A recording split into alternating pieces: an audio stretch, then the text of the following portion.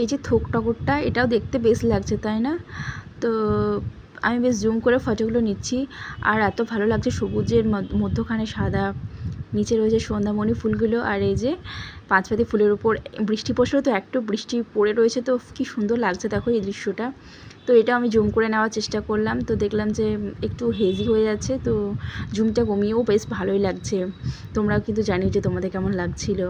আর এটা কম্বিনেশনটাও বেশ ভালো লাগছে, মানে ওই গোলাপিটা একটু আলাদা আর এই গোলাপিটা একটু ডিপ ডিপ, তো ওই গোলাপির সঙ্গে গ্রিনটা বেশ ভালো লাগছিলো, আর এই গোলাপিটার সঙ্গে গ্রিনটা বেশ ভালো লাগছে, বেশ কম্বিনেশনটা ভালোই লাগছে।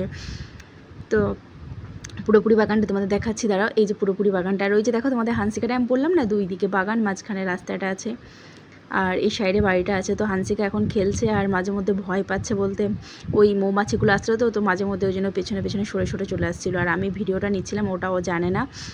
তো যাই হোক, এখন খেলছে ও নিজের মনের মতো করে, আর আমিও বেশ প্রকৃতিটাকে উপলব্ধি করছি। এদিকে আকাশটাও বেশ ভালো লাগছে, মেঘে ঢেকে আছে, আর এই গাছটাও রয়েছে একটা সৌন্দর্য, কি সুন্দর সৌন্দর্যটা বাড়িয়েছে দেখো, বেশ মানে কী বলতো, গ্রিনের ওপর ইয়েলো, কি লাগছে। আর ওই যে সাদা সাদা ফুলগুলো দেখছো, অপরাজিতা ফুল।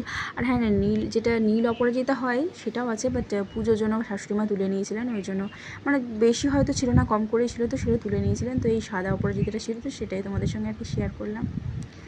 আর বাদবাকি বাগানটা পুরো বাগানটা কেমন লাগলো সেটাও কিন্তু জানিও, আরও একটা ভিডিও তোমাদের সঙ্গে আমি শেয়ার করবো বাগানের।